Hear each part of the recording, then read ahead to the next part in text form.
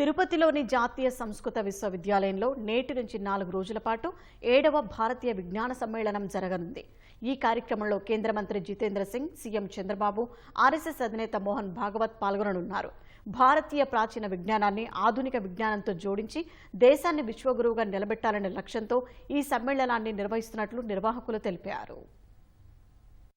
తిరుపతిలోని సంస్కృత విశ్వవిద్యాలయంలో నేటి నుంచి ఈ నెల 29 వరకు 7వ భారతీయ విజ్ఞాన సమ్మేళనం జరగనుంది. ఇందుకు సంబంధించిన ఏర్పాట్లను అధికారులు పూర్తి చేశారు. నేడు జరగనున్న కార్యక్రమ ప్రారంభోత్సవానికి ముఖ్య అతిథిగా ఆర్ఎస్ఎస్ అధినేత మోహన్ భగవత్, విశిష్ట అతిథిగా సీఎం చంద్రబాబు, కేంద్ర శాస్త్ర సాంకేతిక మంత్రి జితేంద్ర సింగ్ హాజరు కానున్నారు. ఈ సమ్మేళనానికి దేశంలోని వివిధ వర్సిటీలకు చెందిన 900 మంది శాస్త్ర సాంకేతిక ప్రతినిధులు రానున్నారు. భారతీయ విజ్ఞానం, వైభవం, ఖగోళ శాస్త్రం, శాస్త్ర సాంకేతిక అధ్యయనాలకు సంబంధించిన అంశాలపై సదస్సులో ప్రసంగిస్తారు. సిద్ధాంత, వేదాంత, జ్యోతిష్యం, పరిపూర్ణ ఆరోగ్య విజ్ఞానం, వాస్తు, భాషా విజ్ఞానం, వ్యవసాయం, పశుపాలన, జీవ వైవిధ్యం అంశాలపై ప్రదర్శనలు ఏర్పాటు చేశారు. అందరికీ అర్థమయ్యే రీతిలో సైన్స్ బుక్ ఫేర్, మ్యూజిక్ షోను ఏర్పాటు చేశారు. ఉదయం తిరుమల శ్రీవారిని దర్శించుకున్న తరువాత ఆర్ఎస్ఎస్ అధినేత మోహన్ భగవత్, కేంద్ర మంత్రి జితేంద్ర సింగ్ సమ్మేళన కార్యక్రమంలో పాల్గొంటారు. సీఎం చంద్రబాబు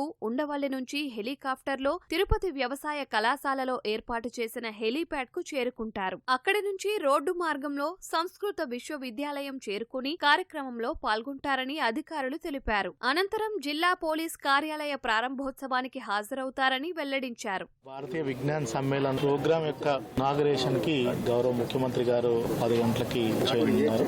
మోహన్ భగవత్ గారు, అదేవిధంగా జితేంద్ర సింగ్ గారు కూడా అందరు కలిపి ముందుగా ఎక్స్పోని ఇనాగరేట్ చేసి అక్కడ ఉన్నటువంటి వేరియస్ స్టాల్స్ ని సందర్శించడం జరుగుతుంది. ఆ తర్వాత మనకి 2 hours 10:30 నుంచి 12:45 వరకు ఇక్కడ ఓపెన్ ప్రోగ్రామ్ ఉంటుంది. అందులో ఆల్ అకాడమిషియన్స్ కానీ, పాలసీ మేకర్స్ కానీ, సైంటిస్టులు కానీ వీళ్ళందరూ కూడా విచ్చేయనున్నారు. సీఎం గారు ఒకటి, యూనియన్ మినిస్టర్ గారు, అదేవిధంగా మనకి ఆర్ఎస్ఎస్ చీఫ్ గారు, ఆయన కూడా Z+ category security protective. So వాళ్ళ సెక్యూరిటీ ప్రోటోకాల్స్ మేరకు అన్ని ఏర్పాట్లు కూడా జిల్లా యంత్రాంగం అన్ని కూడా మేము చూసుకుంటాం.